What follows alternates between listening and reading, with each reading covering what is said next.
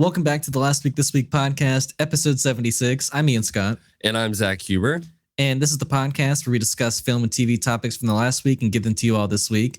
And as always, we have a few exciting topics and reviews to go over with you. Yeah, we are talking about there's 2 live action Lord of the Rings movies apparently in the works, not just The Hunt for Gollum.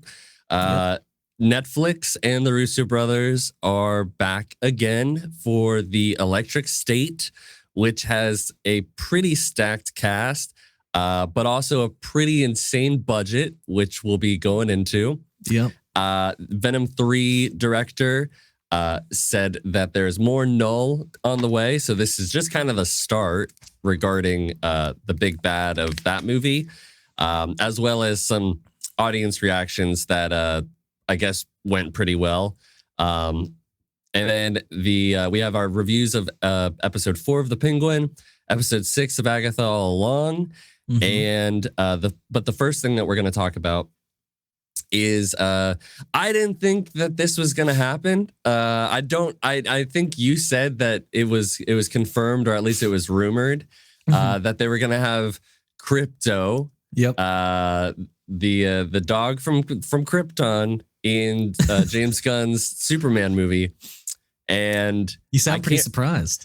I mean, I didn't really think that they were going to go this way, but I want to say the image that we got when I first saw it, I was like, oh man, that looks kind of cheesy.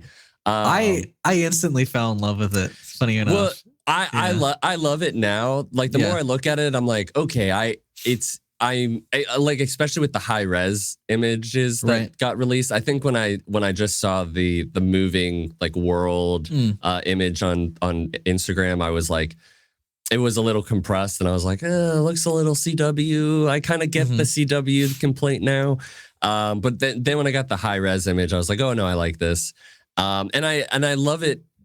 Like I really like the inclusion now that I got to read the inspiration for having the inclusion of Krypto, which I can read really quick. Go for it. So James Gunn went on Instagram and was explaining that Krypto arrives on screens in Superman this summer. Krypto was inspired by our dog Ozu, who we adopted shortly after I started writing Superman. Ozu, who came from a hoarding situation in a backyard with 60 other dogs and never knew human beings, was problematic to say the least. He immediately came in and destroyed our home, our shoes, our furniture. He even ate my laptop. It took a long time before he would even let us touch him. I remember thinking, gosh, how difficult would life be if Ozu had superpowers? And thus Krypto came into the script and changed the shape of the story as Ozu was changing my life. And then he kind of shouted out that it's Adopt a Shelter Month. And kind of seeing that the image is that, like, Krypto, I feel like in a lot of media and the comic books, like, you would associate with him like a Labrador. Absolutely. Right? Yeah, like a tall, strong dog. Right. Yeah. And this dog is definitely like a smaller, shaggy. Yeah. But like we've had that, like, you know, I think weirdly there was a lot of like discourse online of like, oh, this isn't the type of dog that I would want for Krypto. And I'm like, are we really doing this? And so he had to defend, you know, and he put on his story like an actual, like, you know, image from the comics of like that type of dog as Krypto. So it has been done before. And I think the big thing that we haven't mentioned yet is that he won't be a talking dog, which he has been in a lot of the comics. Makes me a lot happier or feel more comfortable with the inclusion, because if the dog was talking, that would probably be a step too far for me, honestly. Weirdly, I agree, and I'm pretty much up for weird in its own way, because it's a fucking it's a super dog, right? But we just have a problem with the talking. But like, I think for me, like, I'm so into almost like I think if James Gunn does anything that like sticks to the comics and like really celebrates it, like I think that's great. But weirdly, and I think because of that, it can go so fantastical in this universe, right? Right. But like a talking dog, I just don't think it would have taken just so much focus away from what was necessary. Yeah. And I'm glad it's more of just a man's best friend kind of situation. So, Yeah, I agree, because there's something about Rocket being able to talk, which you can chalk up to being this science experiment. Right. Whereas manipulated. Yeah. Krypto Is a dog from Krypton. I mean, that's like they're basically, confirming that Krypton is very similar to Earth in a lot of ways. Now, granted, we might find out that this dog was just experimented on on Earth. And got some of Superman's DNA. I mean, here's the thing. That's how they explained it in Titans, the show that we watched. Right. So I don't know how, but like I like it better. I like the idea that this Krypto is mutt-like and also like a problem dog, and I think that'll be a really fun dynamic between Superman and then like kind of having this best friend, man's best friend, but like maybe he like that image that James Gunn put up where it's like, oh, Krypto thinks I'm playing fetch and he got the bank and is running around with it in his mouth, and he's probably gonna like mess up his home, and like he'll have to like get him to trust him, and maybe Krypto will come in and save the day at some point, and it'll be like they need each other, and it'll be nice and sweet. I think it will be, but I only think like Krypto will be in it for like the first act of this movie. I don't think. I can't see him being a main inclusion for the entire movie. I think I really do think he's going to be in it for a large amount of the movie. That's surprising. That's very surprising. Because I mean, when you read what he says about now, it could be a small change, but when you read what James Gunn said, it developed the story in a different way because of Krypto, right? Yes, and change the shape of the story. Yeah. Change the shape of the story. It's not like just now it could, you could change the shape of a small part of the I think story. it could be a big part of Act 1. I don't doubt that. I think it's going to be a movie-long arc between the two of them. Yeah. Where maybe it won't be like super significant, but I do think that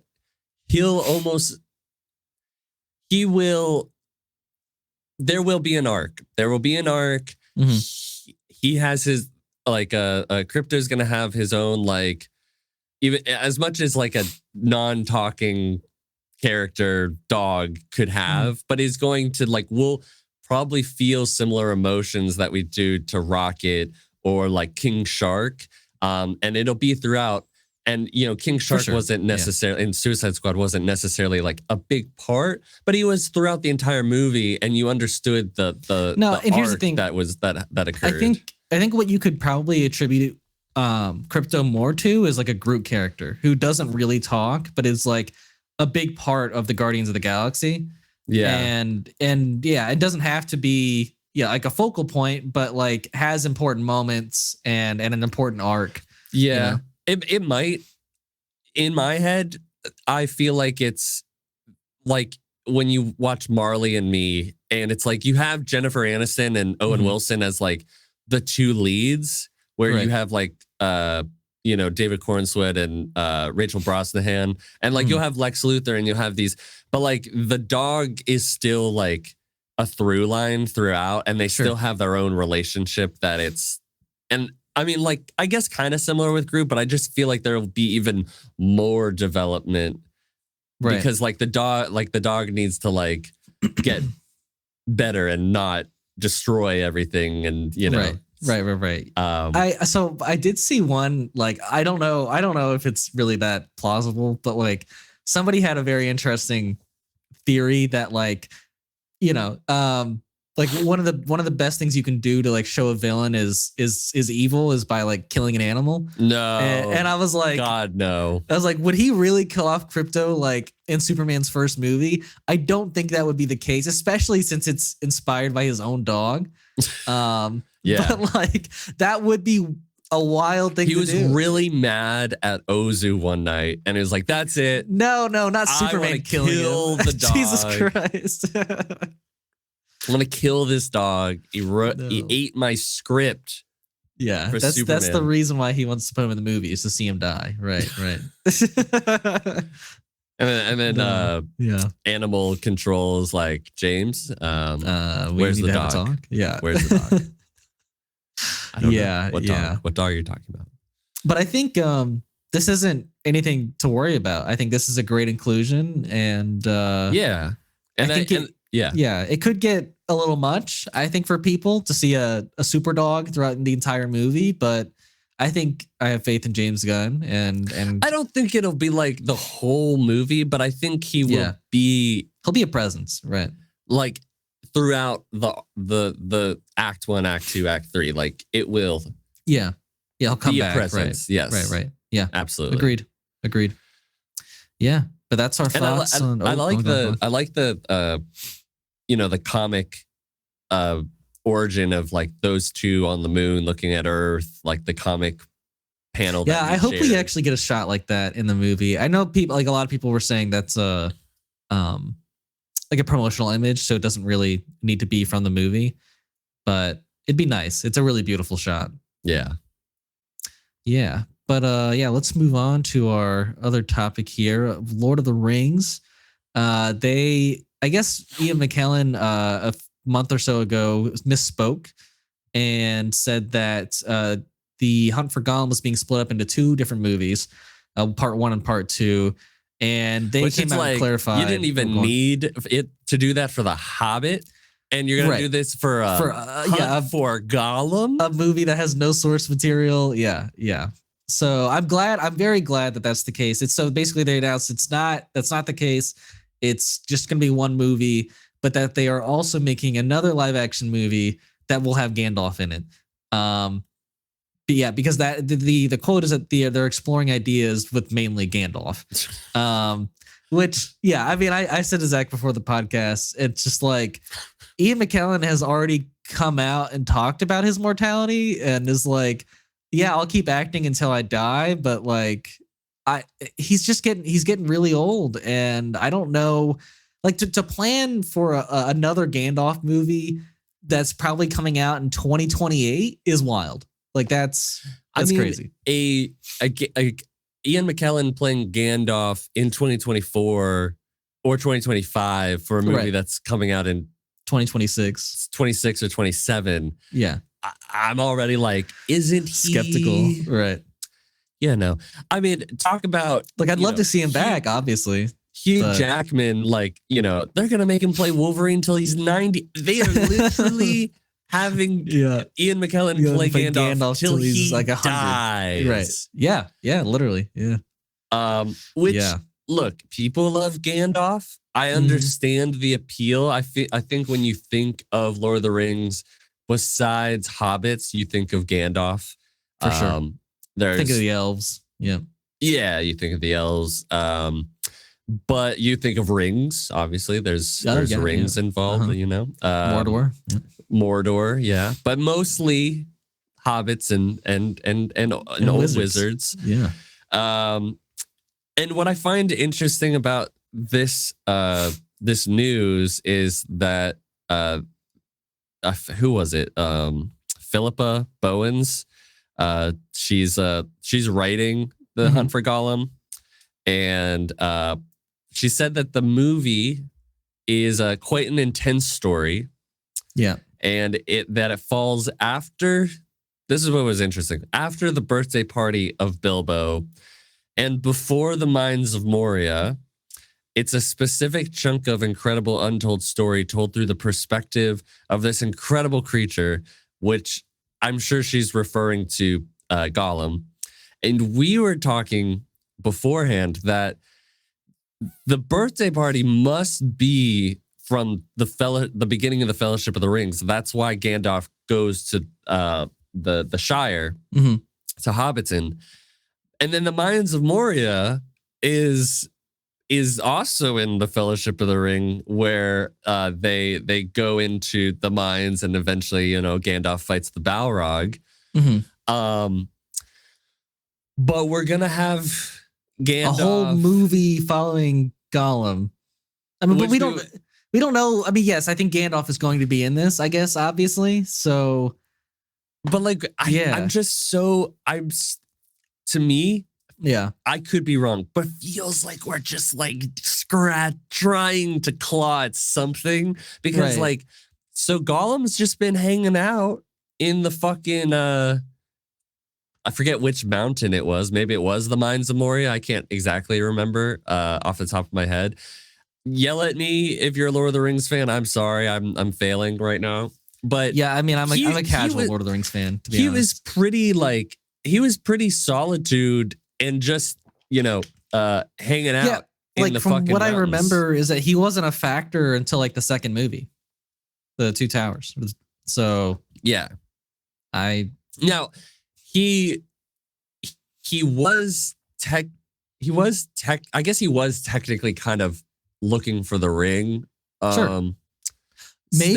Maybe that's the twist of the name of this. Like, I think the hunt for Gollum definitely implies that like he's being hunted, but maybe it's like the hunt for Gollum, like it's the hunt for him. Like, that's exactly what I was thinking. Yeah. Right. I mean, I guess he wasn't that solitude. I guess he was solitude when Bilbo found the ring. Right. And then Gollum was kind of on the search for it. Mm-hmm. So yeah, I mean, maybe that's the case. I just don't know how you work, like, unless there's like a whole section of that first movie where like we learn that, Gandalf has kept his eye on Gollum this whole time and like runs off into the corner. It's like, you better stay away. You better stay away, Gollum. Don't come any clear. And he's like, like, what is the point of adding this like big chunk of movie and context to like a trilogy that's already beloved? Like, why touch that trilogy? Go like, back to Bilbo's younger period when, and follow that kind of Gollum.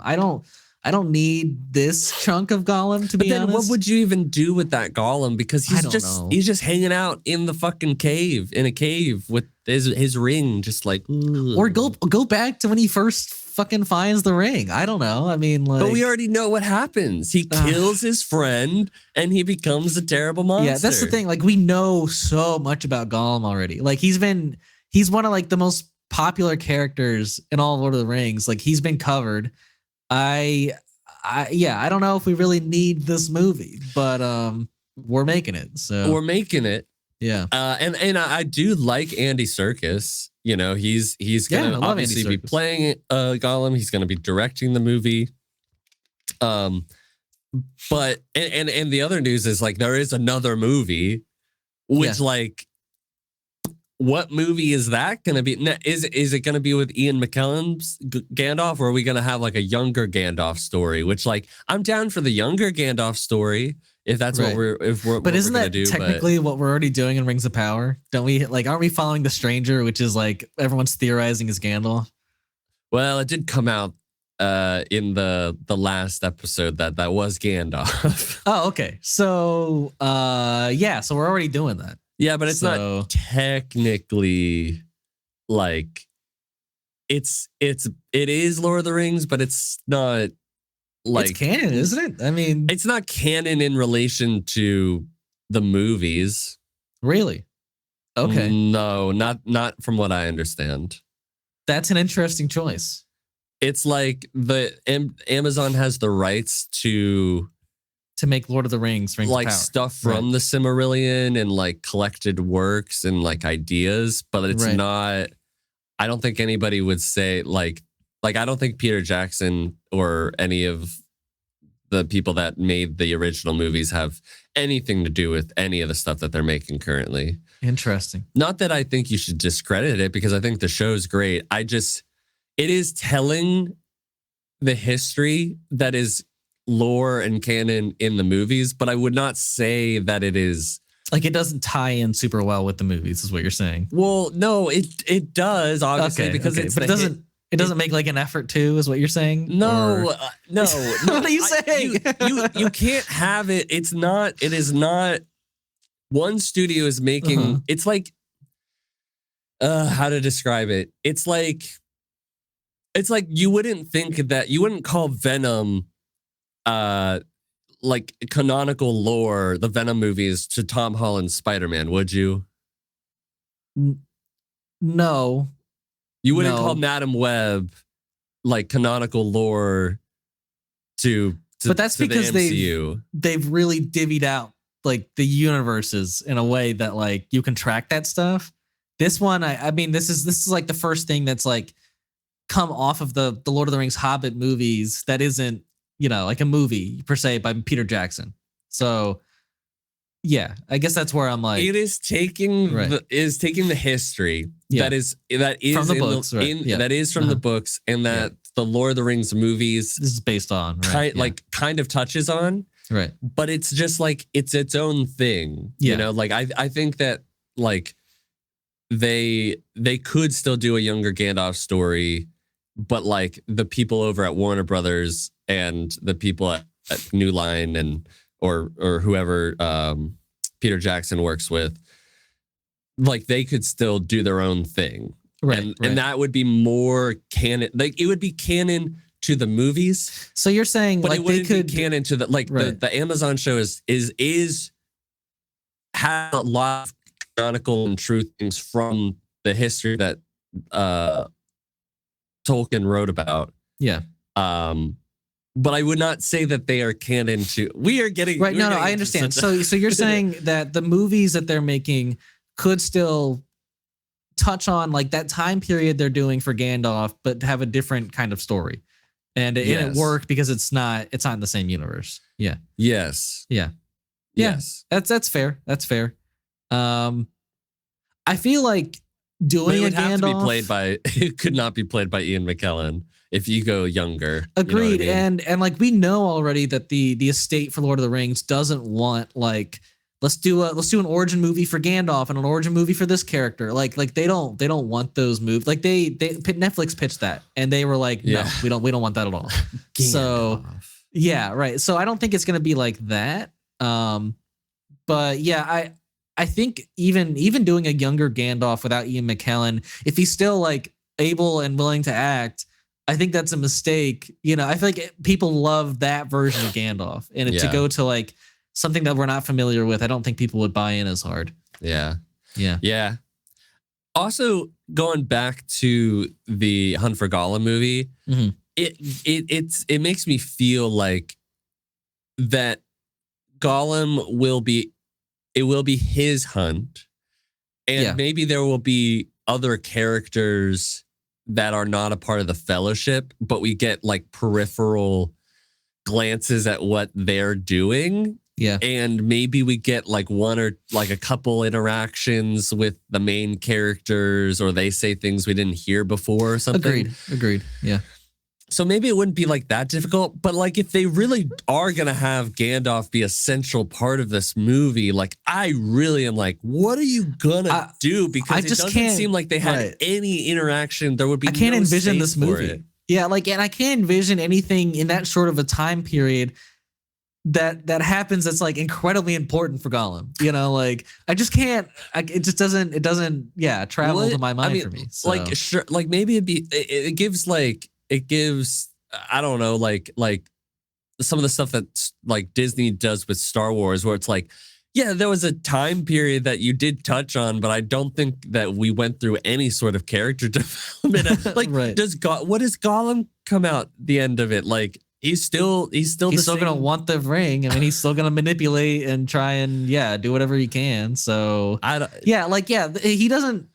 I don't believe he's going to change all that much from point A to point B. So I have so many questions. I'm so nervous about this project. Two of the biggest skeptics of this movie, and I would love to be proven wrong, to be honest. Yeah, I would too. I love Lord of the Rings, but this just makes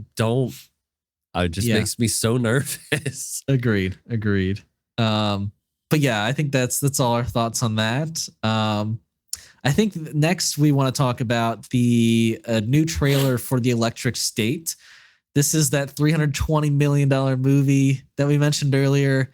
Directed by the Russo Brothers and written by Christopher Marcus and Stephen McFeely, who have written everything that the Russo brothers have directed since Winter Soldier.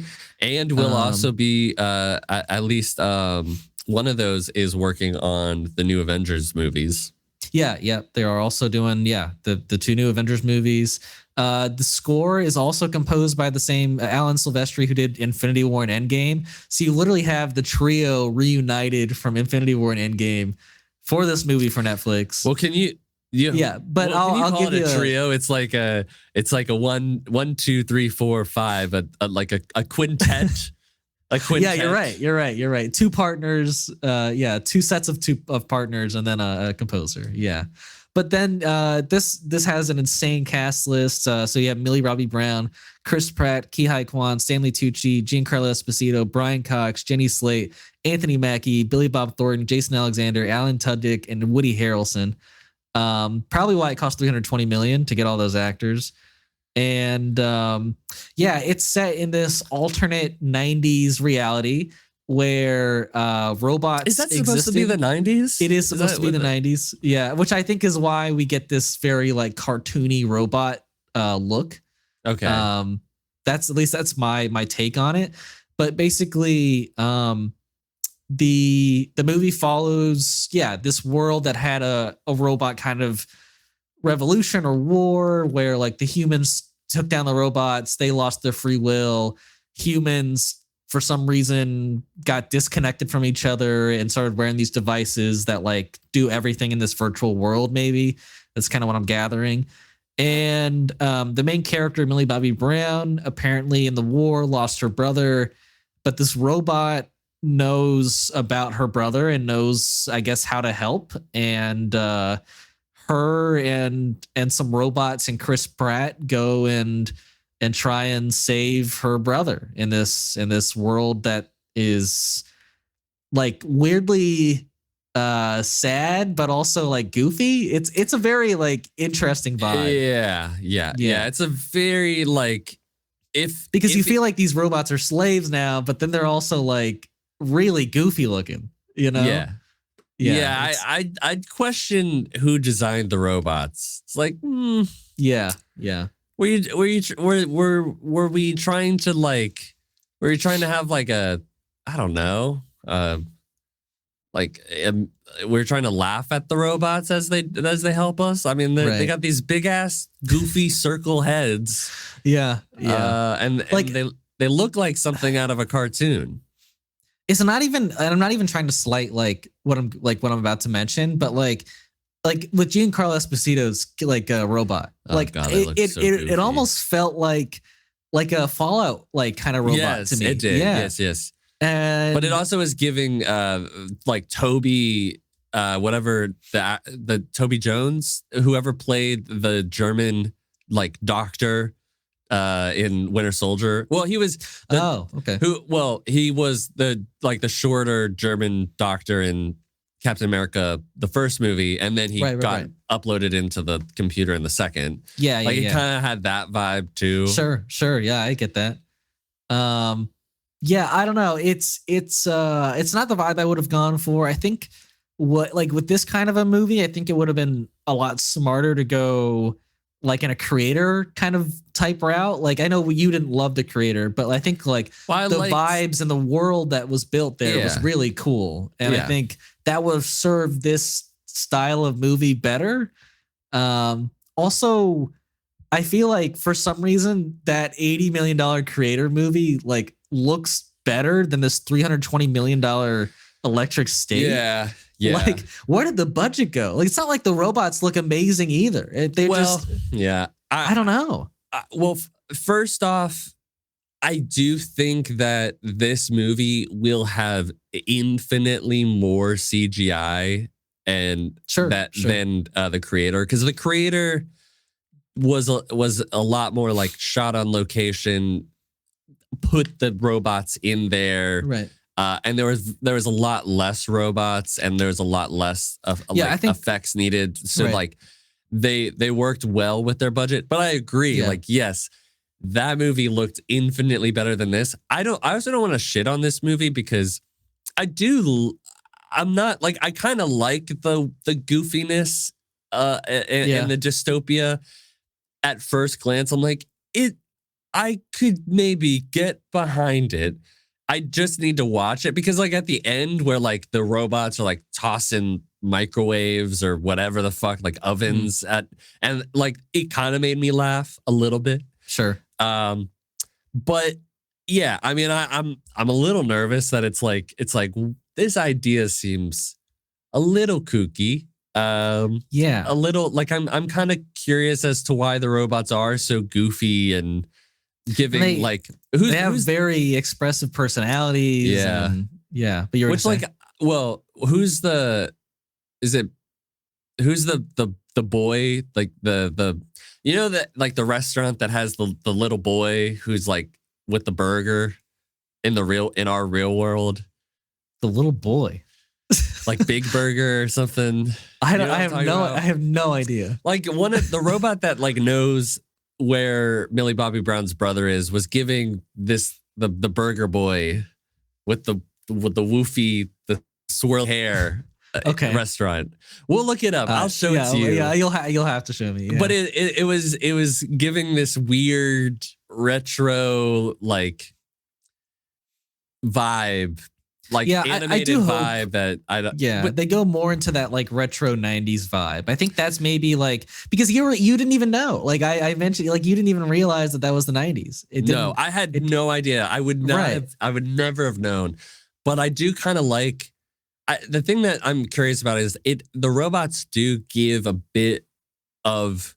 I would be curious to know what the world looked like before that, because the robots are giving a bit of a optimistic sci-fi kind of design, right?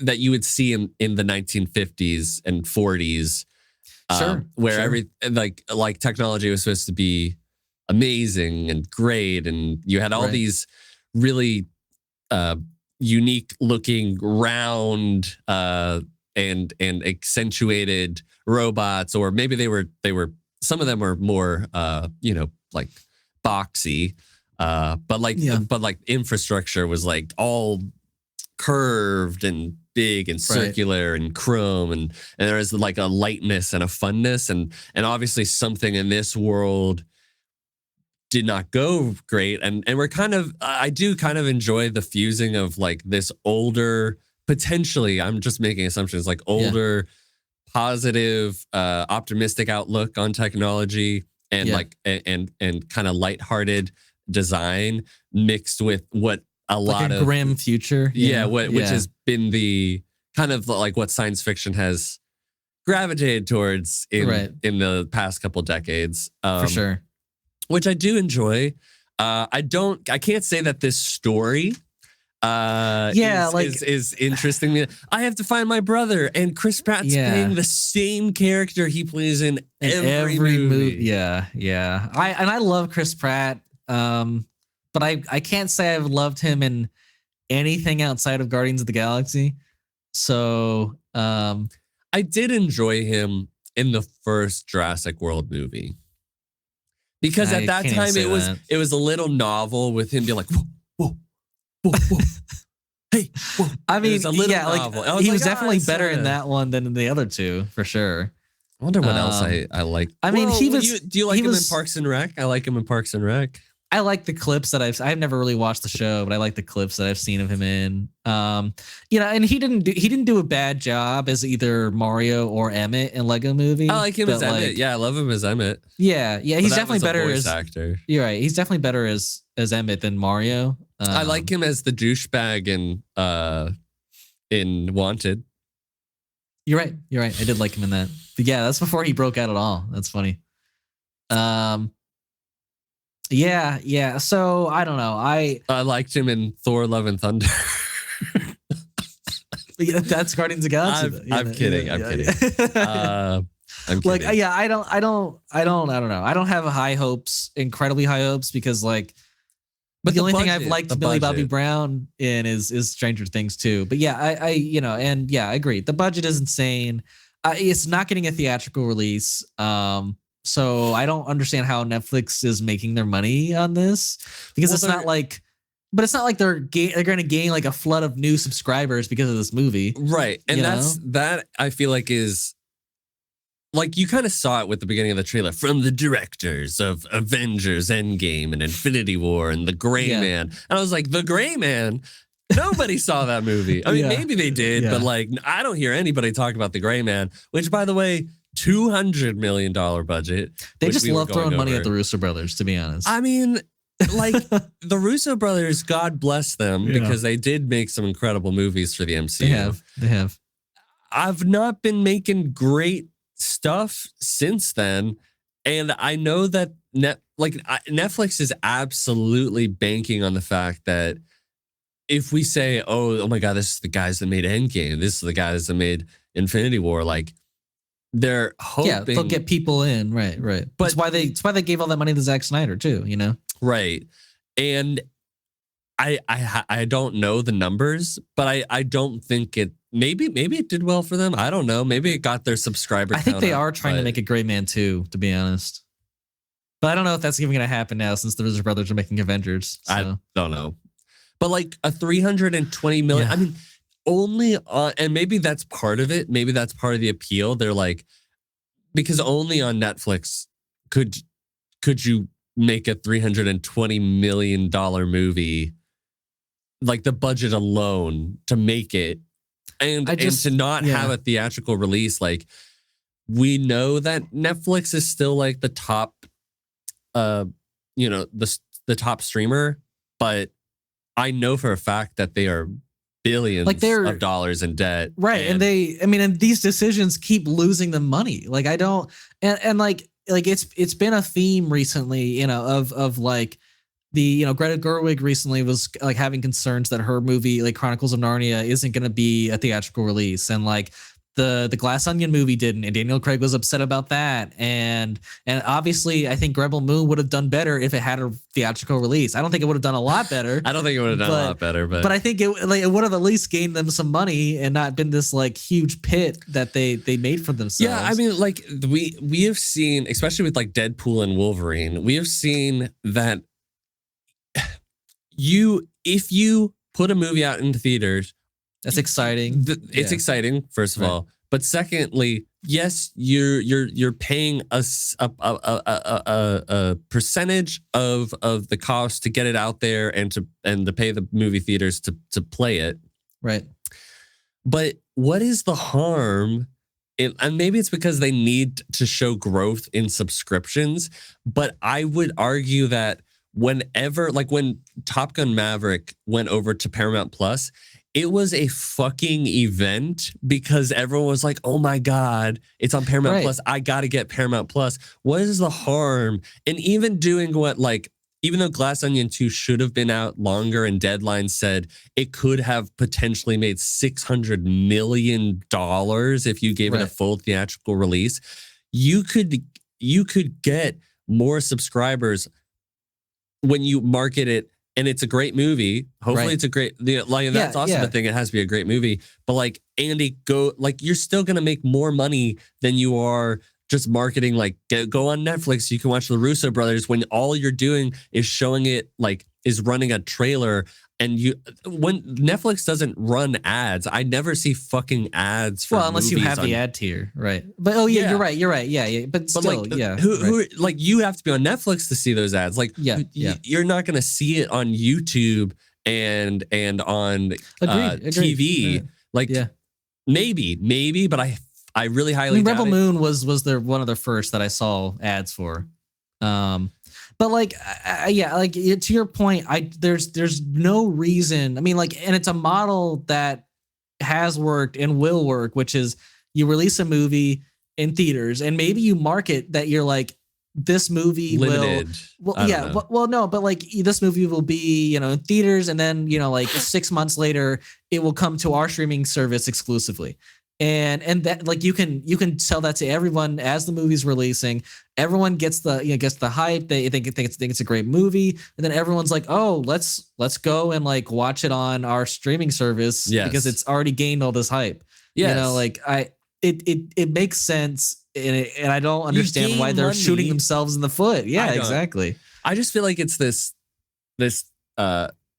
mindset that they have. It's like, we have to we have to define ourselves as like, no, we don't need movie theaters. We can do it all ourselves. Which is just so, not the case. We're going to have people flock to us to see this movie because they have the option to see so much more things for their 1 month of subscription plus this movie if that's what they came for. But like for the most part, like I feel like people have gotten like the streaming services have gotten their like the amount of subscribers they've gotten, like for the most part that's what they've got. Like I don't know if you can't get that much more. That's why they're cracking down on passwords, so that they can have people make their own accounts. Exactly.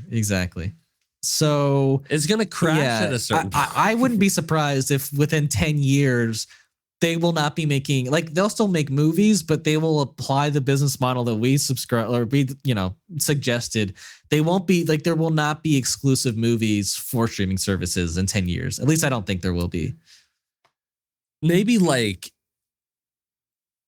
I think that there will still be some.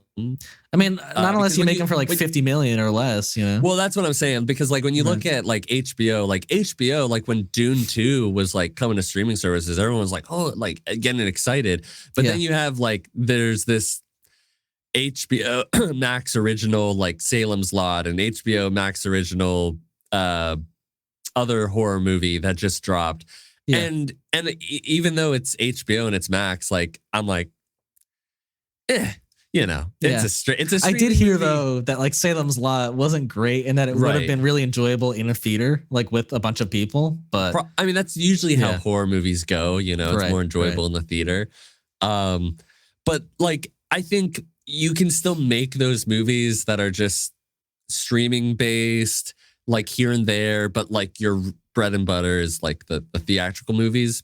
And then you eventually drive those people to be like, well, they have this movie that I saw in the theater and I really liked, and they have this movie that I saw, and they have this catalog, and they build it up, and But Netflix doesn't want to do that, and they also have their other problem is that they need to stop making such garbage streaming movies all the time that nobody ever hears about, like Atlas.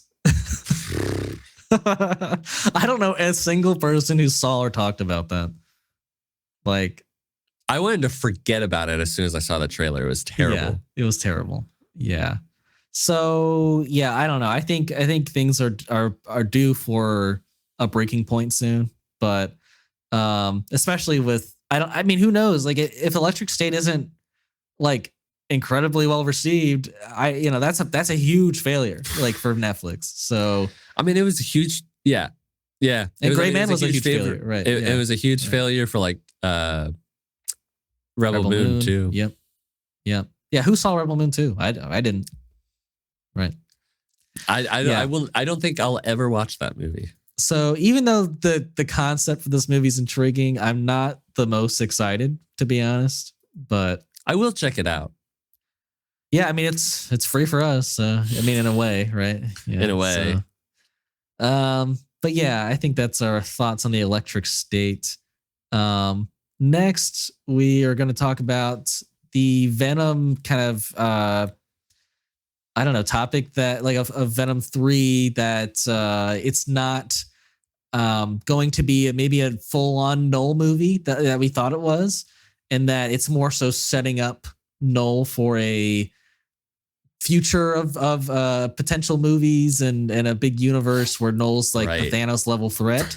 Right.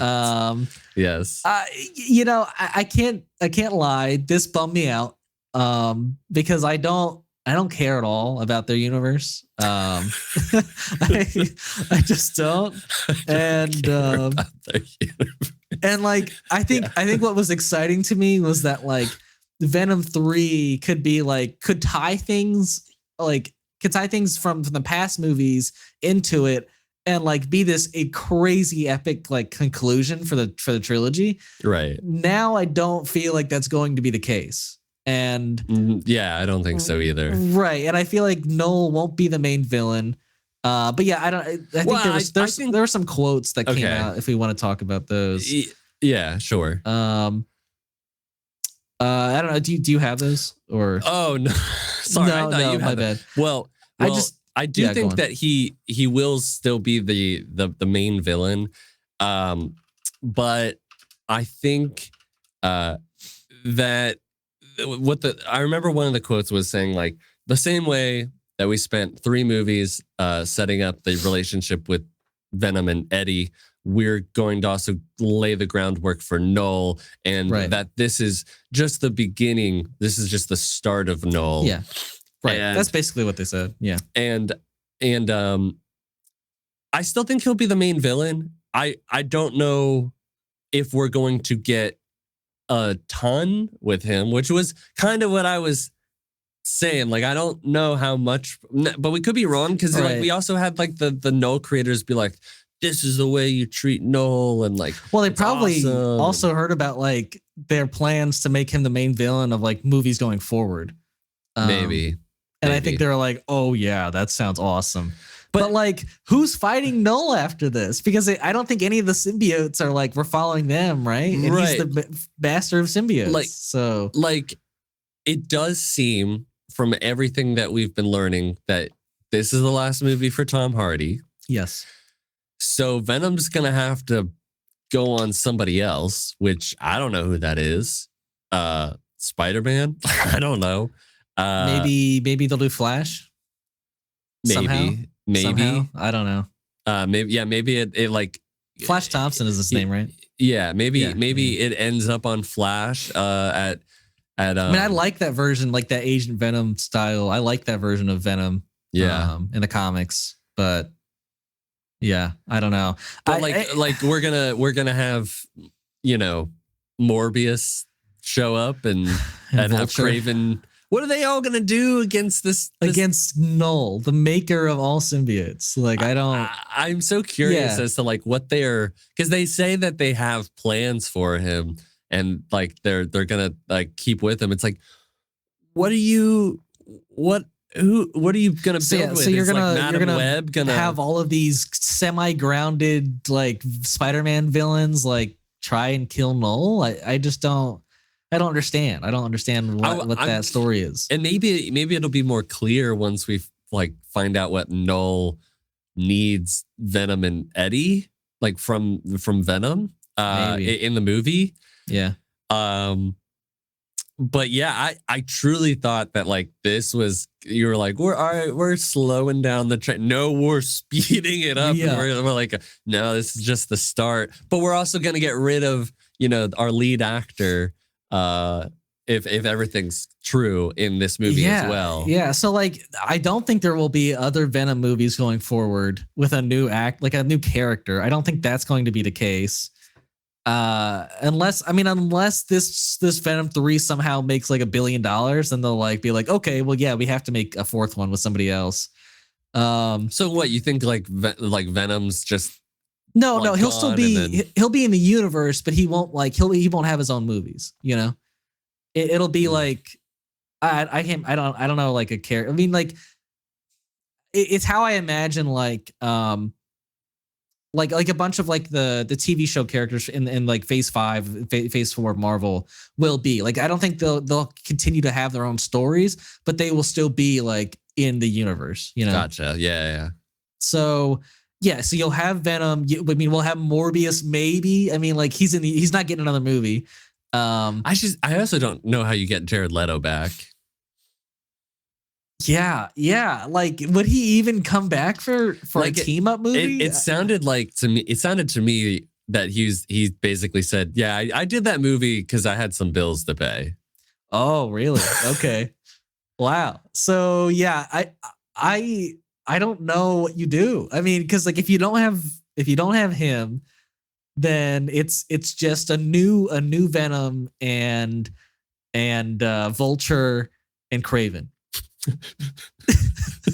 Like, and then a blind Madam Web potentially that's potentially 20 years older than what we just saw her as. Right. Yeah. So well, that did take place in the 90s, did it not? No, it was like early 2003. So yeah, I mean 20 years later, you know, she'd be a little more gray, I guess, like she is in the comics. I don't know, maybe that's what they were setting up.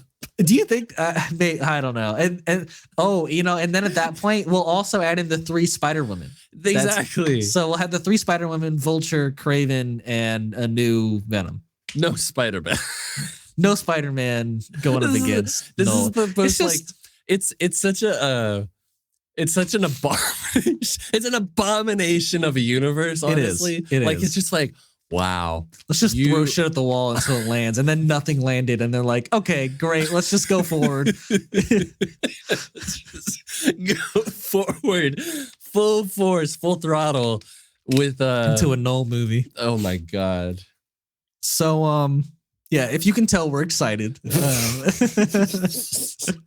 I mean, yeah, look, if this movie's good and they do the Knull character well, I'll be the first person to be like, yeah, man, like let's go. I want to see it. I would love to see something. Yeah, like I agree. If it's good and Knull is like a super badass and like I want to see more, that's great. But like the problem is, like we just detailed, they don't have the tools for a good fight. Who's like going up there's against? nobody. I don't know. Right. So they have to also set up like a big fight that somebody could compete with Knull and have like an epic finale conclusion or something.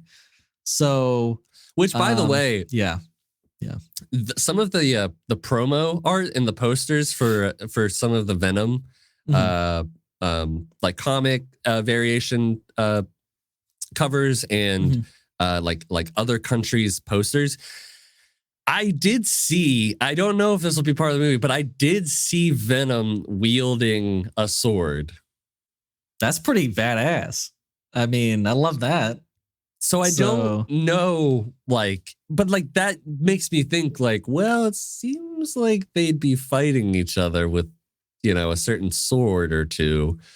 Yeah, well, here's the thing. Like he did, like Knull was the creator of that like Necro sword. Right. So maybe that's the sword that he's using. That's what I was implying. Yeah. Okay. So yeah, I mean, but like, how would you go forward if that's what happens in this movie? Like, I don't know. I don't either. Could you imagine if they somehow like tie in Thor: Love and Thunder to like this movie because of that sword?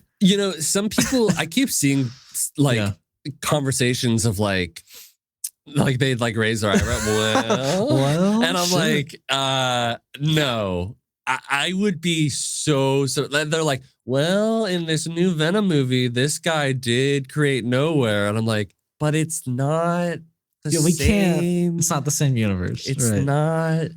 Yeah.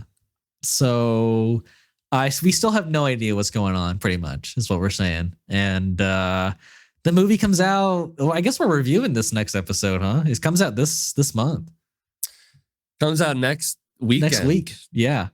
So I guess we'll be reviewing it. Wow. Okay. Yep.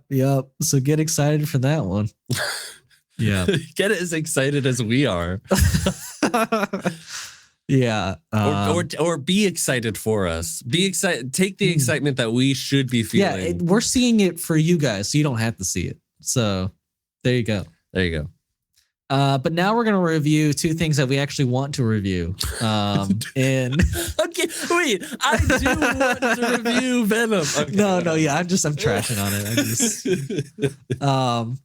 But yeah, first we're gonna start with episode 4 of The Penguin. Even though I guess when this releases, episode 5 will be out. But yes, all good. Well, we're just a little bit of a week behind. But that is why it's the last week this week.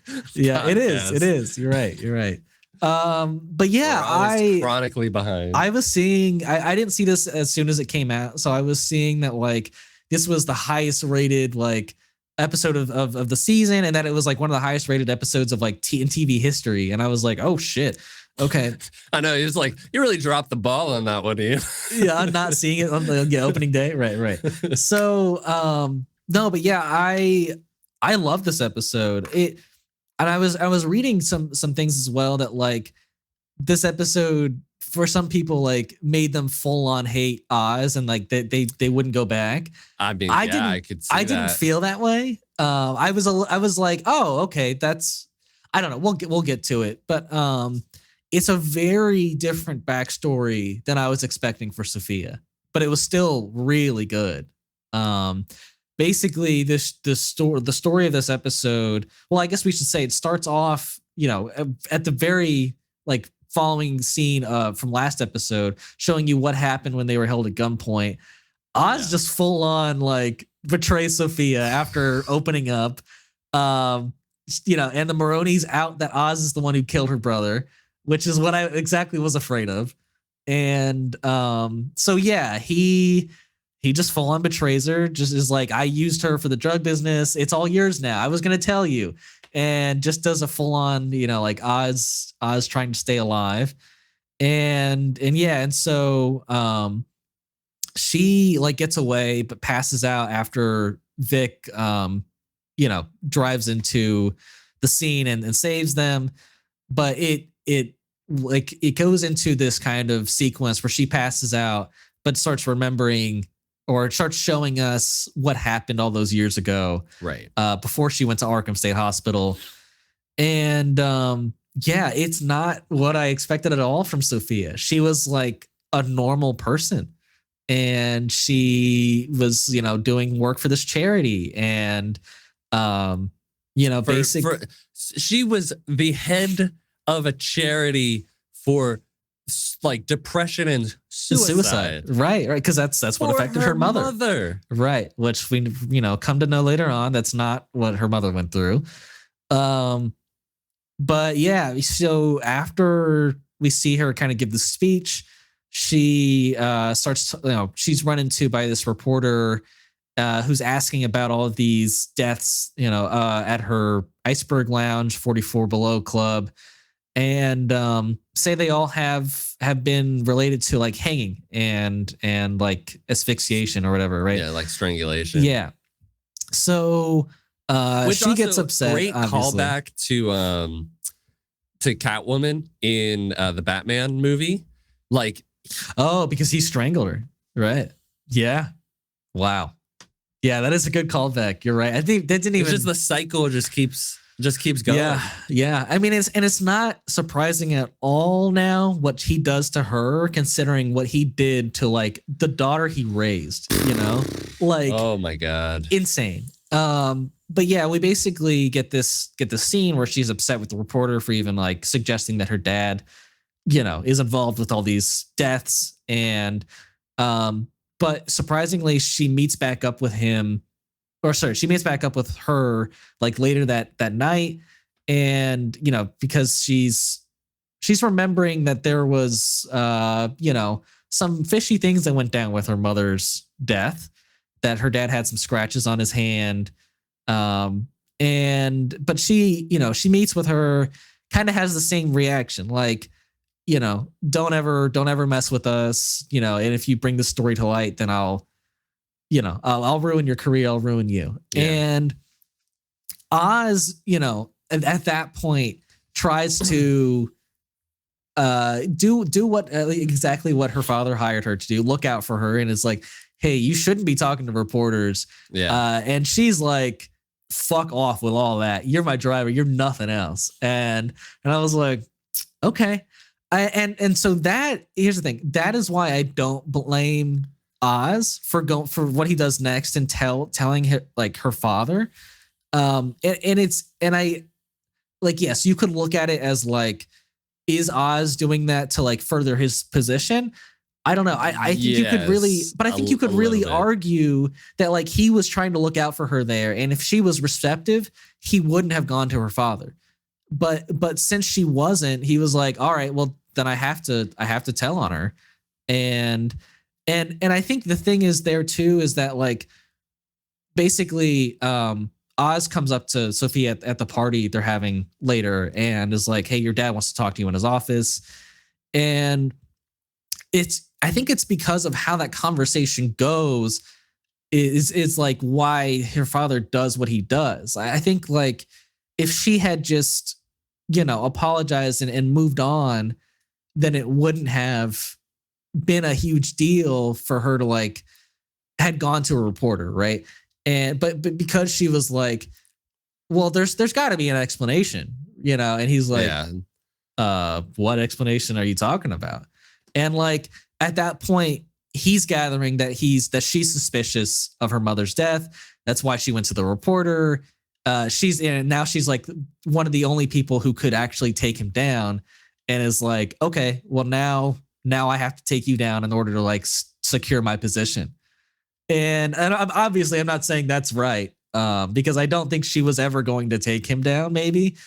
I don't know about that. Yeah, you're right. But right. But I think he could have lied and been like, yeah, I cut myself, just on accident. Like it would be a bad lie, but I think she would be like, that's all I need to hear, and I don't know. Something gives me the impression that like maybe they've had a conversation like that before. Right. And he's like, this is too much of a reoccurrence. Why do you do this to me? Bring up these old wounds. I do love Mark Strong in this. I think he's been great as Carmine, but it is a very different voice than like John Turturro's Carmine. But it doesn't take me out at all. I like, especially because it's been like 10 years. I'm like, there's like a little change, like Sure. It doesn't really bother me. You're right. I mean, it doesn't bother me. I think he's great. Honestly, I think he's really great. He's very intimidating and cold, and it was great. But so he sends her off. Basically like, leave the party. I'll have Oz drive you home. But on the way home, she gets arrested. Obviously, he sends Kinsey, who's working for him, to arrest her and frame her for the murder of the reporter she talked to and of all the women that he killed in his club. And she gets sentenced to Arkham State Hospital for like 6 months. And no ability to for like no visitors, parole, no nothing. Bail, nothing. Right. And she turns in that time from like this sweet young woman into someone who has to like adapt almost, or it doesn't even have a choice of who she changes into. She's just driven insane to the point of insanity by the medical examiner. I don't know what you would call him. The therapist. I don't know. The main director of the hospital. Because she's obviously working. That guy's obviously working for Carmine. Which is just like, I couldn't imagine a world where like everyone that has power over you is the person who like is working for the person who framed you for murder. Like, it's just, that's a horrifying world to live in. And like, I get why she was driven insane. It's a really tragic story, because it's like a villain origin story like where she's not in control at all of turning into a villain. It's really sad. But so that's where she meets her therapist, though, that we saw from like episode 1 or 2. I can't remember which episode. Dr. Julian. Theo Rossi. He's an interesting guy. I can't really tell his motives per se, because I do think he cares. But then you've got a moment this last episode where like, and I guess we can get to that, which is like after passing out at the scene where they were about to get shot by the Maronis, she wakes up in his office, and there's a moment where like they feel like they're about to kiss, and it feels like he wants to kiss her but doesn't. Right. So I think it's more of like he loves her and like would do anything for her in that sense, and maybe not as like a patient. I'm not sure if that's going to go anywhere, but it's definitely interesting.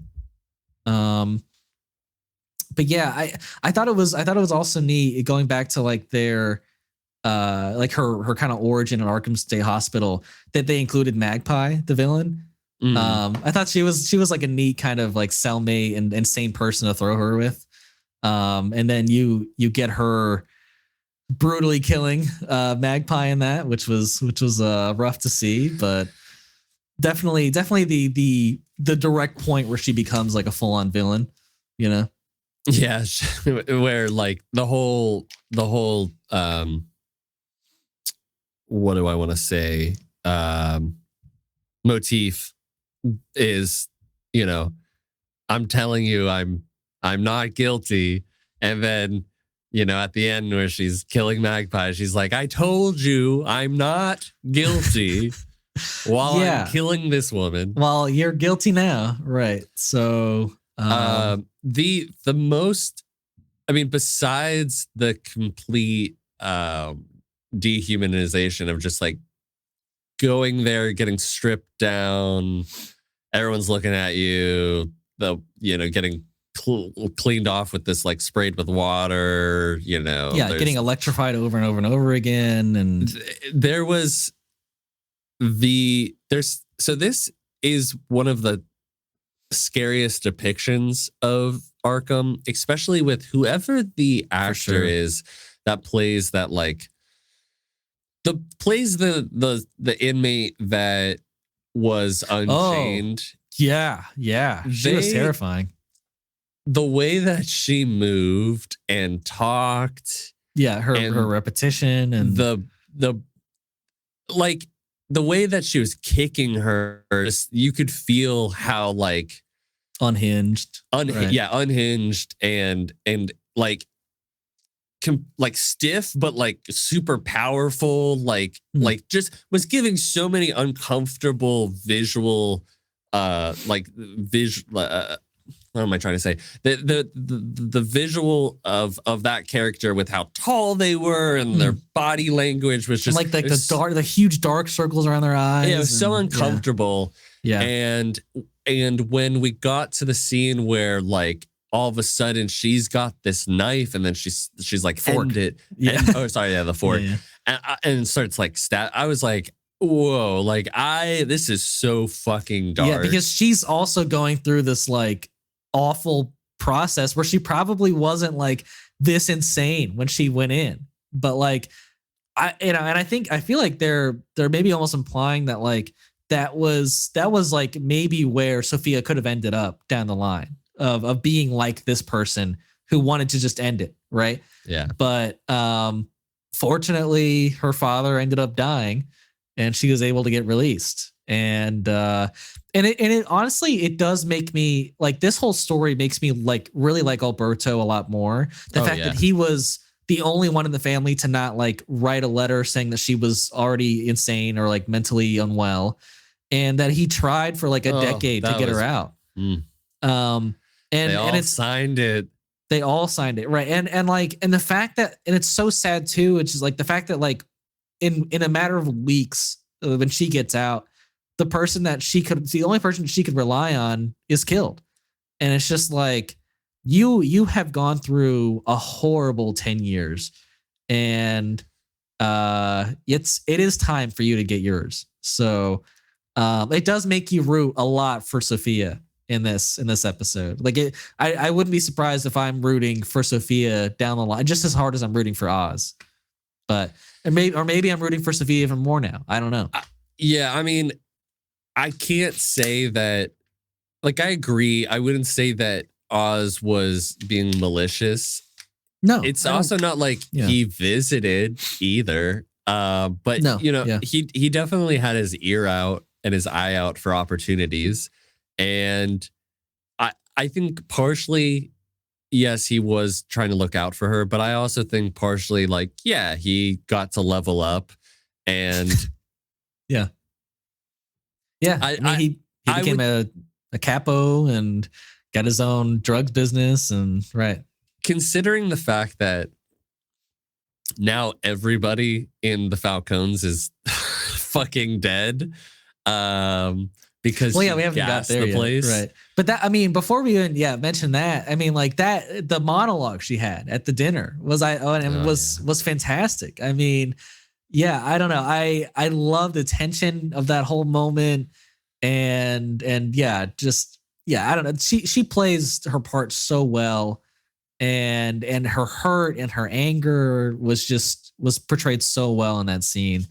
But surprisingly, everyone is like, okay, fine. She's basically saying she's leaving after this, we'll just let her stay here one last night, and then she's gone. did think for like I was like, oh, that's a little anticlimactic, this whole speech, and then I'm gonna leave. And then nothing. I thought she was gonna kill him right then, right? But yeah, she has a soft spot for that little girl. I think she sees herself in that girl, and yeah, that night she decides to save her. Well, maybe not necessarily like sees herself, which maybe you're right, she could, but I think it's like that girl didn't do anything wrong. Sure, yeah, that too, right? Yeah, I mean, like, you're gonna kill a kid because of the whole family's awful. Yeah, so she saves the kid by having her spend the night with her in the greenhouse, and yeah, apparently at the beginning of that night she had like. Yeah, manipulated the carbon monoxide in the house to like only filter into the house and not outside, and it killed every single person in that mansion except one, which she, I guess, without Johnny Vitti knowing, she like had to prop that window up so that the carbon monoxide would like escape, and yeah, and so she leaves Johnny Vitti alive. We don't know exactly why, but I think it's pretty obvious that like she still needs the triads. Right, she still needs the him for the triads because he's supposed to be her partner in that whole thing. Right. So, yeah, I think she had an amazing plan where she basically assumed the entire empire in one night and gained the triads as her allies. So, Oz is way more fucked than he thinks now. Because he's got the Maronis and Sophia's new empire after his ass.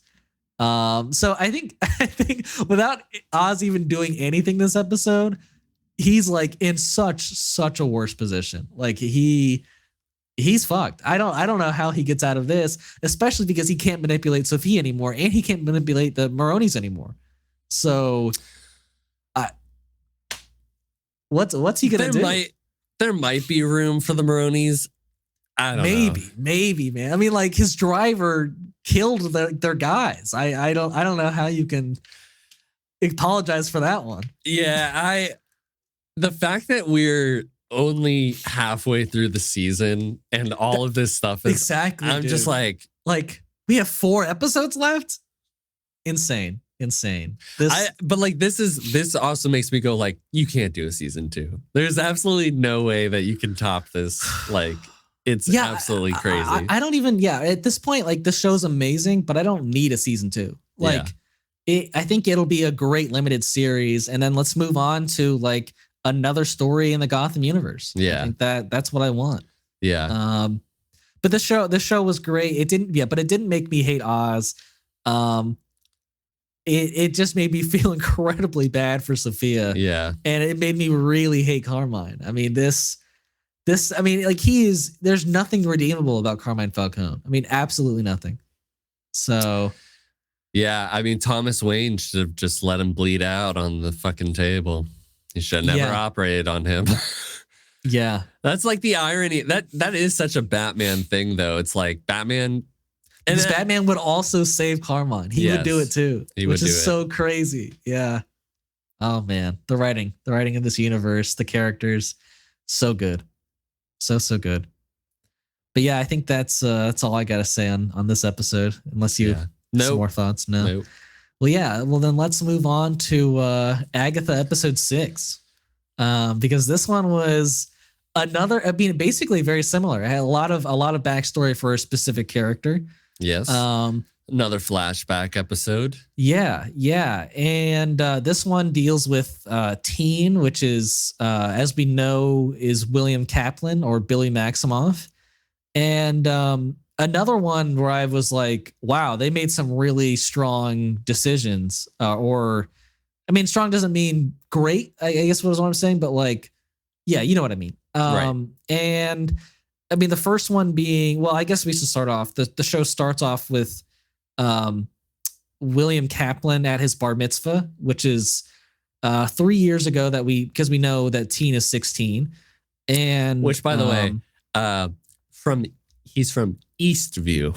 Yes, he is from Eastview.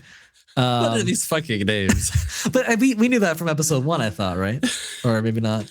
I don't know. Just like Westview, Eastview. Yeah. What are we going to do? Northville, Southville. I mean, I think they could all be Northview and Southview too, you know. But it would be really bad. I agree. Okay. Just keep it those two. And Centerview. Right. Northeast View. Oh yeah. Just have 8 towns or 9 towns with all view in it. Yeah. But yeah, he's having this bar mitzvah. It's a magic theme bar mitzvah, which is I guess kind of because he's into magic. Interesting. Yeah. It's Houdini just it's very interesting that like I'll get to that, but you know, it's interesting that like Wanda's son's soul goes into somebody who like already loves magic, you know? Yes. Yeah, right. But you know, besides that coincidence, you know, there's well, I guess before I get to that too, he meets Lydia, I think is the witch's name, the older witch who can read fortune teller. I forget her name. And it seems like she like is able to see that like in his future he's gonna die and then somebody else is gonna take over. And I'm like, okay, very interesting. Pause. Hopefully they will explain this decision. Why those two didn't remember? Or what? Well, sure. Yes. But also hopefully they'll explain why she doesn't tell him he's gonna die. But like she could be like, hey, don't get in the car. Maybe she just knows not to interfere with that kind of like I know, cosmic it might be, but like feels a little shitty. Agreed. No, yeah, for sure. Yeah. An innocent kid, he has to die just so another person can live in him. It's pretty rough. But yeah, so you know, so he leaves. There's an announcement that like the barrier around Westview is like shrinking and there's something going on, and so everyone drives home to be safe. I don't know why that affects them since they're not in Westview. Yeah, like, oh my god, it's shrinking. We're on the other town. We have to go. Yeah, right. I don't know why everyone freaked out, but everyone freaks out. They drive home. So weird. They get in a car crash, and William Kaplan dies. And he basically immediately wakes up, and you can tell it's Billy Maximoff, and he screams Tommy. Now I think that's interesting because like for the rest of the episode, it doesn't feel like he totally remembers everything that went on in that like season of WandaVision, you know, when I feel like he should, but because he remembers his brother, but like, but he doesn't remember like you know, Ralph Boner. Yeah. I mean, there's a lot of, I feel like this episode raised a lot of questions, more than it did answers. Because first of all, what did the sigil? I would love to know what the sigil was for. Secondly, like maybe the sigil was because Agatha wouldn't go along with him tagging along if she knew who he was, but she says later in the episode, like, I kind of always knew who you were. Yeah. And then like, this is, I get it. It's a comic book universe, but I knew that they were going to do this. I feel like I said that they were going to do this fucking, we're going to use this device, or explain it like explain that with some like magic that this made up being who apparently has a real soul but was never real to begin with, then had to enter the body of somebody who just died, right? Who coincidentally, like, would it always have to be somebody who died? It's pretty coincidental that they died as Billy was going away because the hex was shrinking, and then they don't exactly clarify why he doesn't remember everything. And granted, I want to give the show benefit of the doubt that they might explain all of this in the next 3 episodes. But I mean, it's a little happenstance. It's a little like, well, that's convenient. And, very convenient. And I like the fact that he doesn't remember anything from like the like William Kaplan's life. I think that makes sense to me. But I wish he did remember more. Like, to me, it would make way more sense if he remembered everything that happened in WandaVision. And that's why he's trying to find Tommy.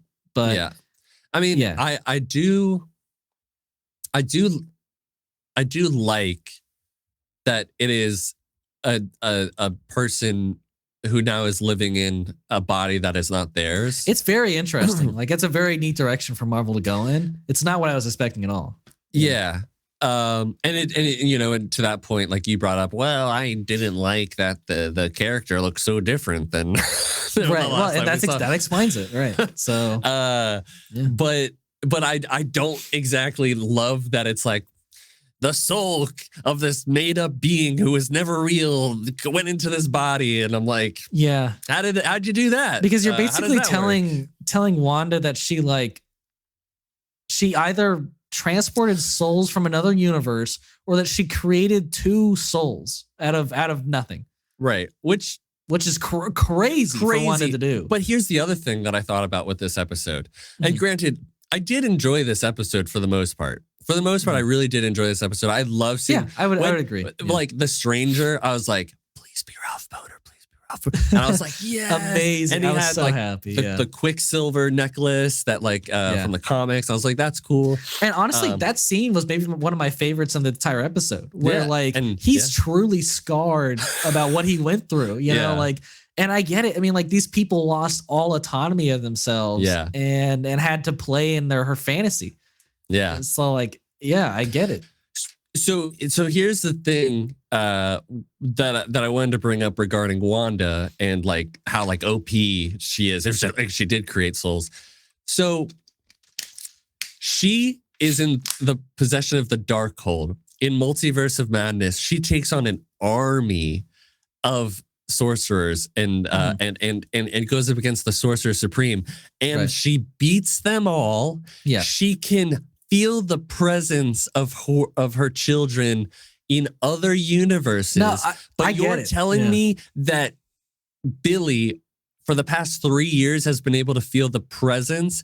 Not only has he been on the same plane of existence as Wanda, but he can feel the presence of Tommy out there, but Wanda couldn't, and she has to go find them in multiple universes. That is a problem.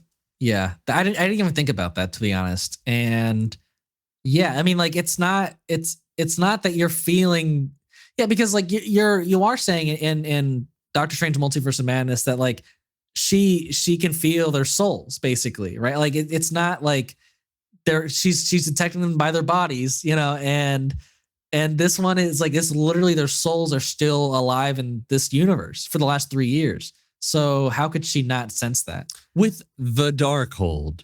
Yeah. Where she's traversing multiversal planes. That's like a huge plot hole. It's ginormous. Like that. Yeah. That this introduction, like, even though Multiverse of Madness had its own issues to begin with, this creates such a large issue in the whole scheme. I was like, because I think, how do you like, not know this? The plot itself of Multiverse of Madness is a plot hole, but like, unless the sigil that he had on him somehow concealed his presence because it was needed to be concealed over the past 3 years. Okay. Like I said, I will give the benefit of the doubt to the show. There could be that, but then you have to also explain Tommy. You have to also explain why she couldn't sense Tommy, and they'll have to also explain what he's been doing the last 3 years. So, also, like, wouldn't that be hilarious if like somehow Billy ended up in somebody who was close to his age? Like, what if Tommy just ended up in like some like older guy's body? I mean, like. Yeah, I mean, it's very convenient that it's very convenient, and it was like so like in my mind, like the soul is looking for somebody who like recently passed and is like, I think 3 factors: recently passed, close, like in close proximity to Westview, and is also like around the same age. Like, is that what the soul was looking for? It's very odd. It's very, very convenient. Yeah. But yeah, we I guess we go forward to 3 years at some point, which is like when he meets Ralph Boner in the parking garage. Which, by the way, when he's looking on the internet, and he clicks on Reddit, I was like, first, bro. Oh yeah, so I have a bunch. That was my like one of my biggest problems with the show, with the episode. Yes, the whole internet fucking. So first of all, that is not what Reddit looks like at all. Yeah. Just so anybody who's not been on Reddit before knows, that's not what Reddit looks like. Right. That is not what a hyperlink to Reddit looks like. Second of all, Agatha Dude, Harkness, that blew him. I was like, witch, and I was like, that's gonna be online, like, and then finds. Now, granted, maybe like on some site, like niche site of witches that somebody updates their blog posts and.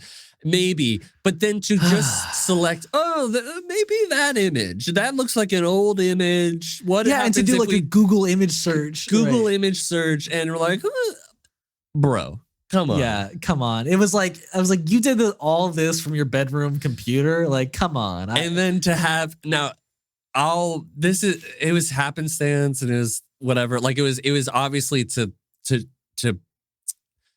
convey like a point about like what the road was, but you're just playing your vinyl record of the Witch's Road. No, yeah, that whole scene was cheese. Yeah, it was bad.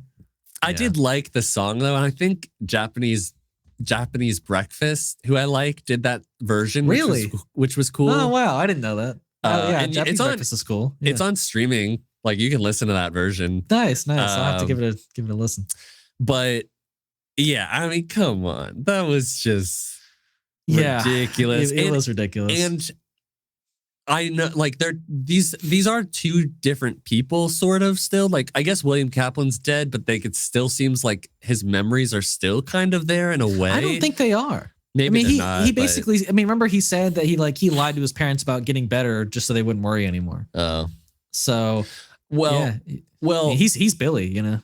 I still have so many questions as to like how Billy hasn't been doesn't seem like he's been practicing magic this whole time, and then like it just has this stuff in him, and it seems like it's emotion based for sure. Like when he gets angry or whatever or scared, then his like magic comes out, which is why he wasn't able to use it on Agatha at the end.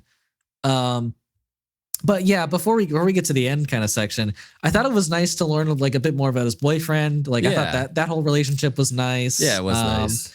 I'm really loving all of like Billy reading thoughts and everything and how that's playing into things and how that it played into the relationship. So yeah, I liked all of that. But then we cut forward to the present day where he just threw in Agatha and the other two witches off the Witch's Road. Wait. Before that, when he gets interrogated by Agatha in the living room. Yeah, no, that was a good scene. I like the recontextualization of that.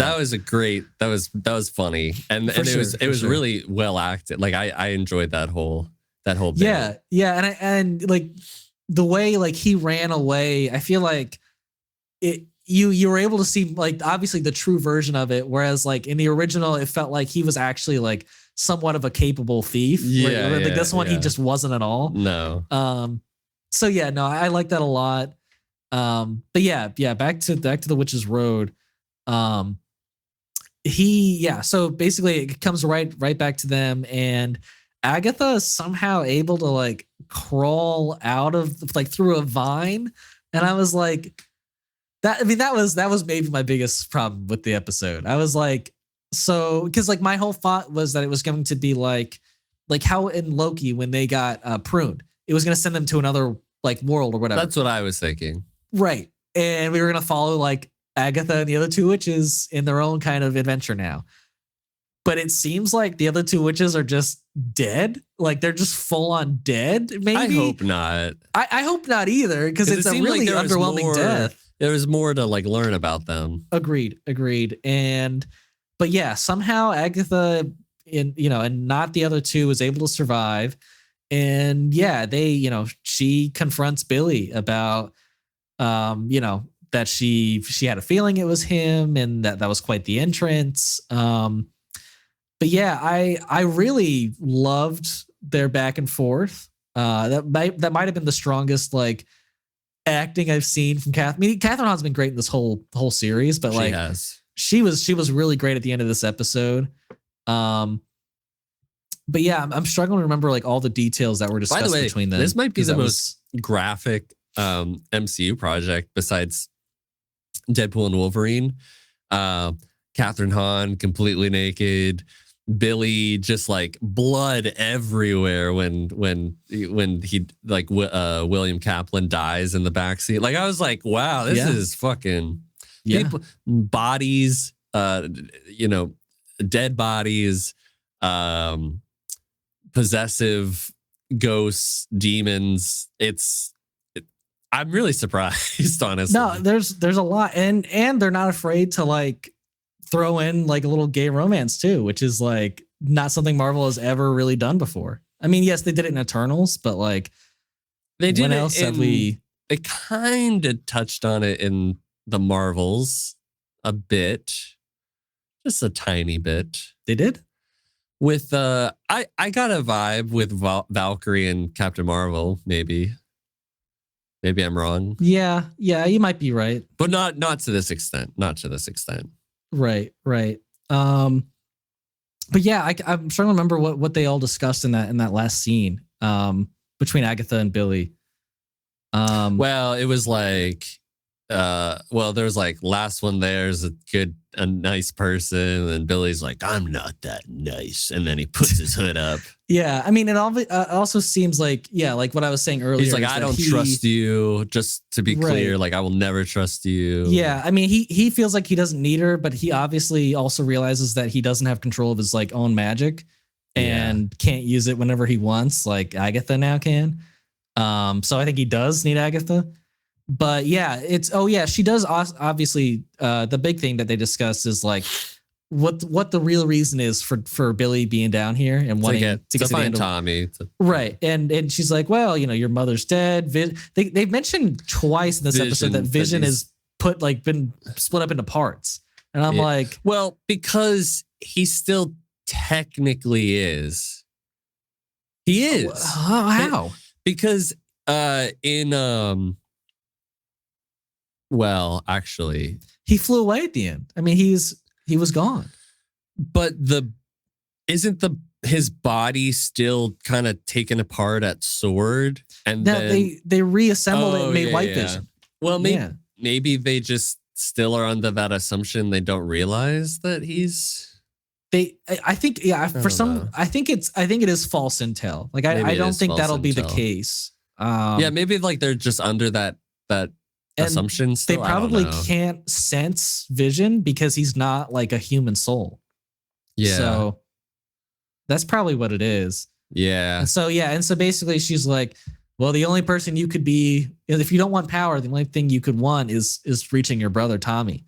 And so you mentioned it. Billy can sense Tommy out there, but he doesn't know where he is and wants to find him. So yeah, it does make me root for Billy a bit. I don't love that he killed the two witches, to be honest.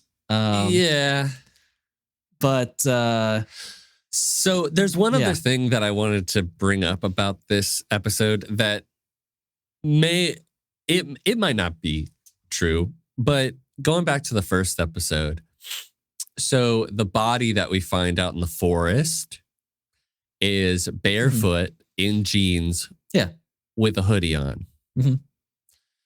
And we find out that like we're under the assumption that it's, they talk about, well, they were in Wundagore and this, boulder or something. I mean, it's for sure Agatha. What? I mean, it's for sure Wanda. I mean, so let me hear your theory. So they take the body back, and on the ID card, it says W Maximoff, which if we see at the end of this episode, and this might not be true, but it was a false reality that Agatha was under the impression of, and maybe this is not true. I don't know, but Billy in a hoodie, in jeans, barefoot, in the forest. Okay, so to me, and when it says W. Maximoff, William, otherwise Billy Maximoff. well, here's the thing. I understand Billy is like a nickname for William, but was he ever William Maximoff? Because he's William Kaplan, but he's not William Maximoff. I don't know. Yeah, which is also like very coincidental that Billy ended up in somebody's body that's named William. William, yeah. It's just like there's so many coincidences. You could be onto something, but I do feel like that body that we saw was a woman's body. I don't know if William Maximoff is actually his name. He could have just been named Billy. I don't know. But yeah, it's a neat theory. I don't hate it. Yeah. I don't know. We'll see. But yeah, we got 3 more episodes to go, and I think I like we said, I think I will be a bit bummed if that's just the end for the other 2 witches that died. But I think it will be also cool to just see those 2 go at it as a duo. Yeah. So I don't know. I think the next 3 episodes I'm still excited for, even though this had some rocky moments in this episode. It was still enjoyable. Yeah. Sure. It was funny watching it with Hannah because she was like, well, it's because there's magic and that's why they can do the thing. And I was like, but no. But like, yes. What was he trying to explain? Like, well, obviously the soul of Billy went into this kid. And I was like, but a little coincidental. And it's so, like this kid specifically is so coincidental. It's crazy. And I'm like, I guess we can explain it as just like it's magic, but like it just seems a little lazy. Like we're stretching. Yeah. We're stretching it a bit. Yeah, for sure. But Hannah's a bit like, when it comes to magic, she's like, it's magic. And I'm like, all right, all right. It's just to me, like when it came to Wanda and magic, it all felt more like superpower as opposed to like actual magic.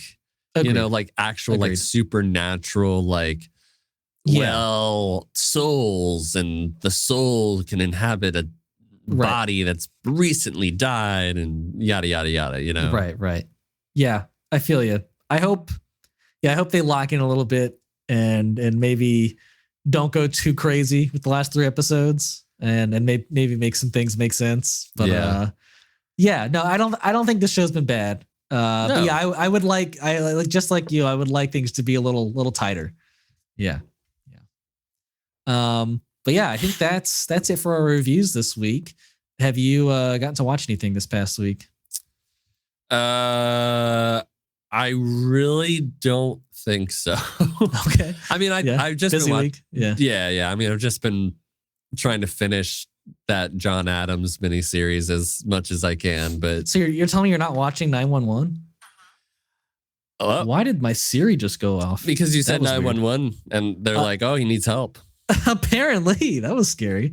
Isn't that what the show's called? Yeah, I do. I'll probably watch it tonight. I didn't get to watch it last time, but we'll see. Yeah. Well, yeah. The only things that I've been watching is continuing my Harry Potter watch through. So just watched the 3rd one last night. Nice.